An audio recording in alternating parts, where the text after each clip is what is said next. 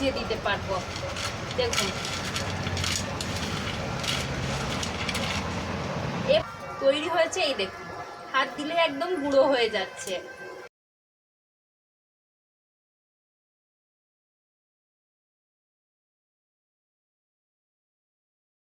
বন্ধুরা, আমার চ্যানেলে আপনাদের সবাইকে আবারও একবার স্বাগত জানিয়ে আজকের নতুন একটা পর্বে আবারও একটা নতুন রেসিপি নিয়ে হাজির হয়ে গেছি।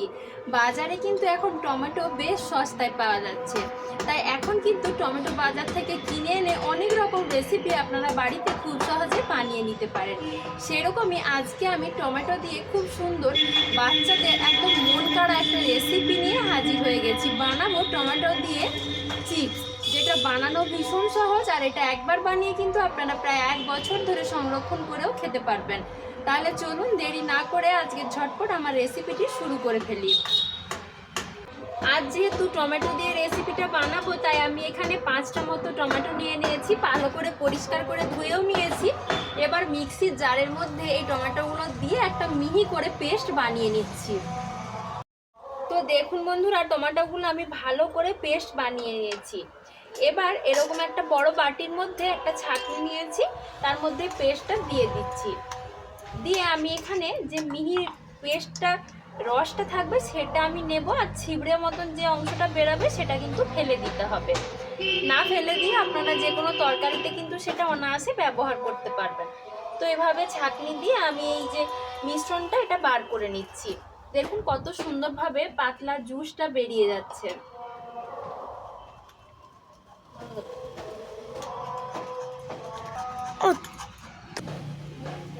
দেখুন টমেটোর পেস্টটা আমি ভালো করে ছেঁকে নিয়েছি, এই অংশগুলো আমার লাগবে না, এটা অন্য কোনো তরকারিতে আমি ব্যবহার করে নেব।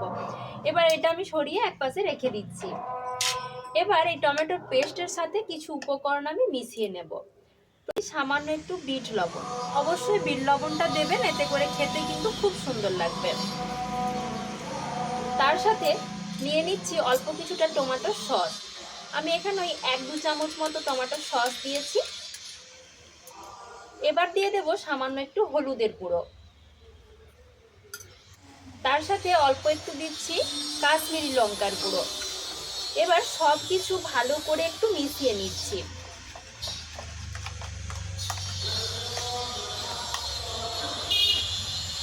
এবার এদিকে আমি এখানে 1 বাটি মতো ময়দা নিয়েছি। ময়দাটা একসাথে সবটাই দেব না, অল্প অল্প করে দেব আর মেশাতে থাকবো। এই টমেটোটার সাথে যতটা ময়দা লাগবে ততটাই কিন্তু দেব, তার বেশি দেবার দরকার নেই।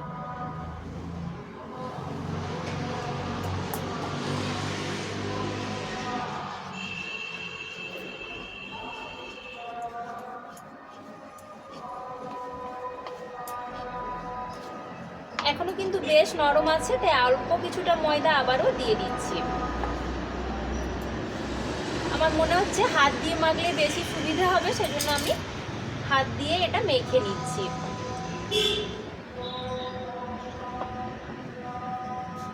দেখুন বন্ধুরা, সুন্দর করে মেখে নিয়েছি, খুব বেশি শক্ত করেও মাখিনি, আবার খুব বেশি নরমও করে হবে না। এবার এই পুরো লেচিটা থেকে আমি দুটো ভাগে ভাগ করে নিচ্ছি। দুটো ভাগে প্রথমে ভাগ করে এভাবে পাকিয়ে নেব।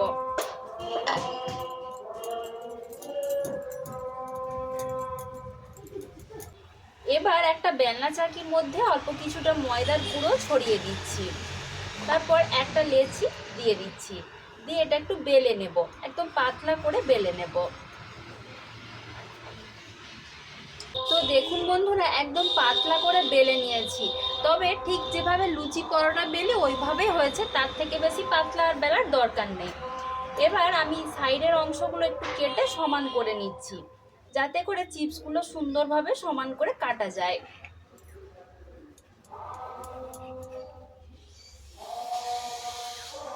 এই অংশগুলো পরে যখন বেলবো তার সাথে কিন্তু নিয়ে নেব।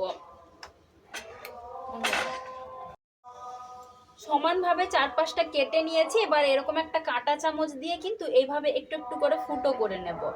এতে করে কিন্তু চিপসগুলো ভাজার সময় ফুলে উঠবে না, আর চিপসগুলো কিন্তু খুব কুড়মুড়ে তৈরি হবে। তো এইটা কিন্তু অবশ্যই করতে হবে। 4-5টা এভাবে একটু একটু করে ফুটো করে দিচ্ছি।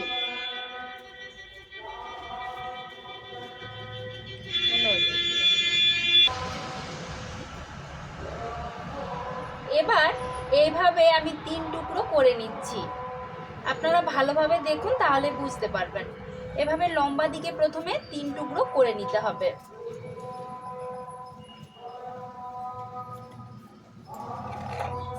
তারপর প্রতিটা টুকরো এইভাবে করে কেটে নিচ্ছি। ঠিক দোকানে যেভাবে থাকে আমি সেভাবেই বানাচ্ছি, আপনারা চাইলে কিন্তু চৌকো চৌকো করেও বানিয়ে নিতে পারেন। এইভাবে করে কেটে নেব। কত সুন্দর দেখতে লাগছে, আপনারাই দেখুন।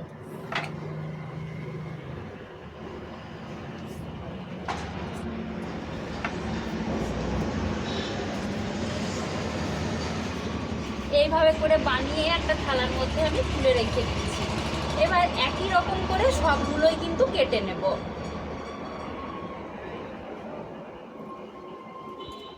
একইভাবে এগুলো আমি কয়েকটা কেটে আপনাদেরকে দেখিয়ে দিচ্ছি।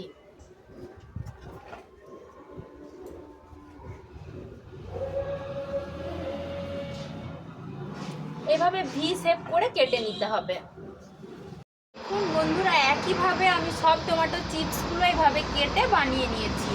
একটু ময়দার গুঁড়ো ছড়িয়ে দিয়েছি, এতে করে কিন্তু একটার গায়ে আর একটা লেগে যাওয়ার কোনো ভয় থাকবে না। এবার এদিকে আমি তেলও গরম করতে বসিয়ে দিয়েছি। যে মশলাটা দেওয়ার কারণে চিপসগুলো কিন্তু একদম দোকানের মতো মনে হবে। তার জন্য এখানে আমি নিয়েছি অল্প কিছুটা বিট লবণ, নিয়েছি অল্প একটু কাশ্মীরি লঙ্কার গুঁড়ো, নিয়েছি 1/2 চামচ মতো চাট মশলা, আর তার সাথে নিয়ে নেব এখানে একটা ম্যাগি মশলা। এই সব মশলাগুলো একসাথে নিয়ে ভালো করে একটু মিশিয়ে নিচ্ছি।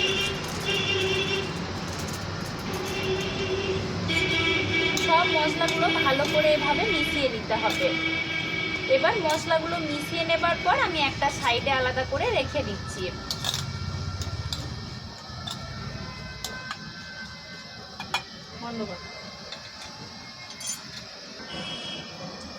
তেল কিন্তু আমার এখানে সুন্দরভাবে গরম হয়ে গেছে। এবার আমি যে চিপসগুলো রেডি করে রেখেছিলাম সেগুলো তেলের মধ্যে দিয়ে দিচ্ছি। একসাথে খুব বেশি দেব না, অল্প অল্প করে দিয়ে আমি 2-3 বারে চিপসগুলো ভেজে নেব।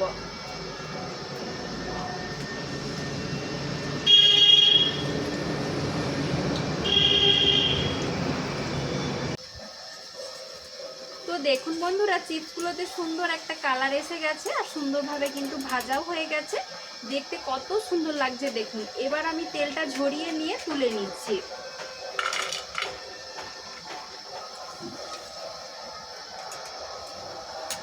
একইভাবে আবারও বাকি যেগুলো রয়েছে সেগুলো অল্প অল্প করে দিয়ে ভেজে নেব।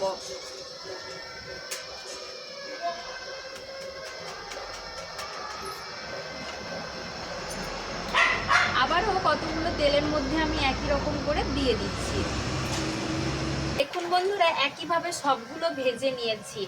কতটা এগুলো খাস্তা তৈরি হয়েছিল তা আশা করছি আপনাদেরকে শব্দটা শুনিয়ে বুঝিয়ে দিতে পারবো। দেখুন,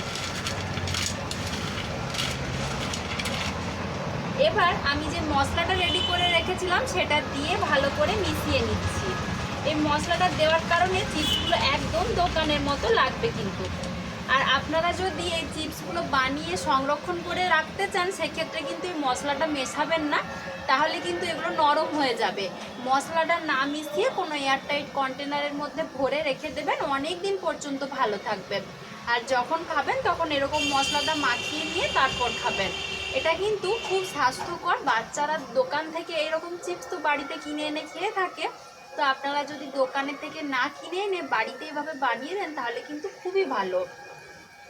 আরও কিছুটা মশলা এভাবে মাখিয়ে নিচ্ছি। দেখুন, দেখতে একদম দোকানের মতো মনে হচ্ছে। কেউ ধরতেই পারবে না যে এগুলো দোকানে কেনা নয়, বাড়িতে বানানো।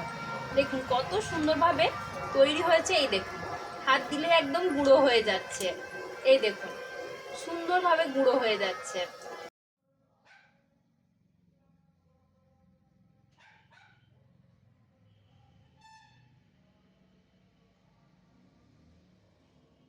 তাহলে দেখলেন তো বন্ধুরা, মাত্র কয়েকটা টমেটো দিয়ে কত সুন্দর একদম দোকানের মতো খাস্তা মুচমুচে চিপস আপনারা বাড়িতেই বানিয়ে নিতে পারবেন। আর একবার বানিয়ে নিয়ে বেশ কিছুদিন পর্যন্ত সংরক্ষণ করেও খেতে পারবেন।